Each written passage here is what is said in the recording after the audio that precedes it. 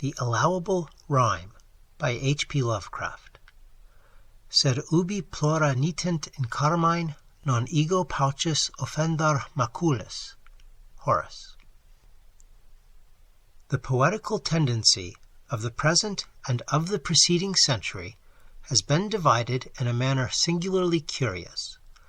One loud and conspicuous faction of bards, giving way to the corrupt influences of a decaying general culture, seems to have abandoned all the properties of versification and reason in its mad scramble after sensational novelty, whilst the other and quieter school, constituting a more logical evolution from the poesy of the Georgian period, demands an accuracy of rhyme and metre unknown even to the polished artists of the age of Pope.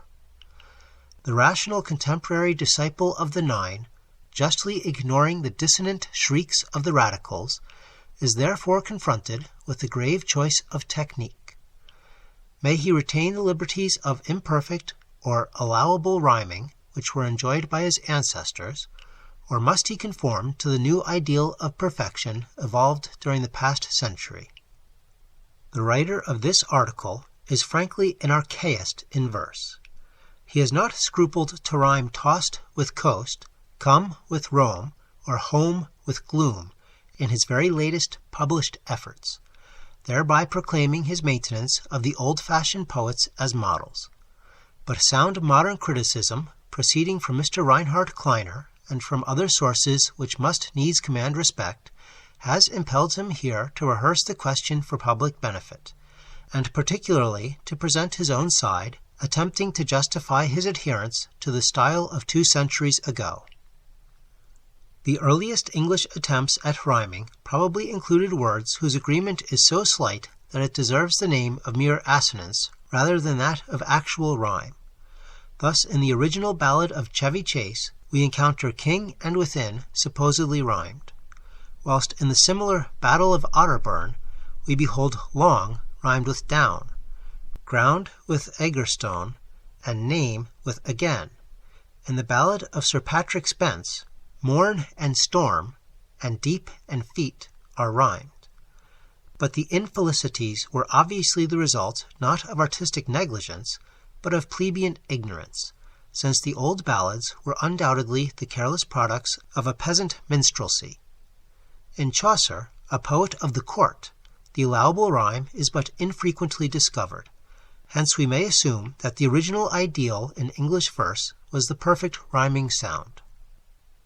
Spenser uses allowable rhymes, giving in one of his characteristic stanzas 3 distinct sounds of lord, adored, and word, all supposed to rhyme. But of his pronunciation we know little, and may justly guess that to the ears of his contemporaries the sounds were not conspicuously different. Ben Jonson's employment of imperfect rhyming was much like Spenser's, moderate and partially to be excused on account of a chaotic pronunciation. The better poets of the Restoration were also sparing of allowable rhymes, Cowley, Waller, Marvell, and many others being quite regular in this respect. It was, therefore, upon a world unprepared that Samuel Butler burst forth with his immortal Hudibras, whose comical familiarity of diction is in grotesqueness surpassed only by its clever licentiousness of rhyming. Butler's well-known double rhymes are of necessity forced and inexact, and in ordinary single rhymes he seems to have had no more regard for precision. Vowed and would, talisman and slain, restores and devours, are a few specimens selected at random. Close after Butler came John Oldham, a satirist whose force and brilliancy gained him universal praise, and whose enormous crudity both in rhyme and in metre was forgotten amidst the splendor of his attacks. Oldham was almost absolutely ungoverned by the demands of the ear, and perpetrated such atrocious rhymes as heads and besides, devise and this, again and sin, tool and foul, end and designed, and even praise and cause. The glorious Dryden, refiner and purifier of English verse, did less for rhyme than he did for metre. Though nowhere attaining the extravagance of his friend Oldham, he lent the sanction of his great authority to rhymes which Dr. Jonson admits are open to objection. But one vast difference betwixt Dryden and his loose predecessors must be observed. Dryden had so far improved metrical cadence that the final syllables of heroic couplets stood out in especial eminence, displaying and emphasizing every possible similarity of sound, that is, lending to sounds in the first place approximately similar, the added similarity caused by the new prominence of their perfectly corresponding positions in their respective lines. It were needless to dwell upon the rhetorical polish of the age immediately succeeding Dryden's. So far as English versification is concerned, Pope was the world, and all the world was Pope. Dryden had founded a new school of verse, but the development and ultimate perfection of this art remained for the sickly lad who before the age of 12 begged to be taken to Will's coffee-house, that he might obtain one personal view of the aged Dryden, his idol and model. Delicately attuned to the subtlest harmonies of poetical construction, Alexander Pope brought English prosody to its zenith, and still stands alone on its heights.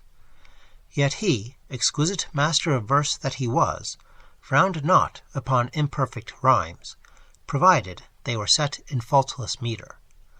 Though most of his allowable rhymes are merely variations in the breadth and nature of vowel sounds, he in one instance departs far enough from rigid perfection to rhyme the words vice and destroys. Yet who can take offense? The unvarying ebb and flow of the refined metrical impulse conceals and condones all else. Every argument by which English blank verse or Spanish assonant verse is sustained may, with greater force, be applied to the allowable rhyme. Metre is the real essential of poetical technique, and when two sounds of substantial resemblance are so placed that one follows the other in a certain measured relation, the normal ear cannot, without cavilling, find fault with the slight want of identity in the respective dominant vowels. The rhyming of a long vowel with a short one is common in all the Georgian poets, and when well recited cannot but be overlooked amidst the general flow of the verse, as for instance the following from Pope. But thinks admitted to that equal sky, his faithful dog shall bear him company.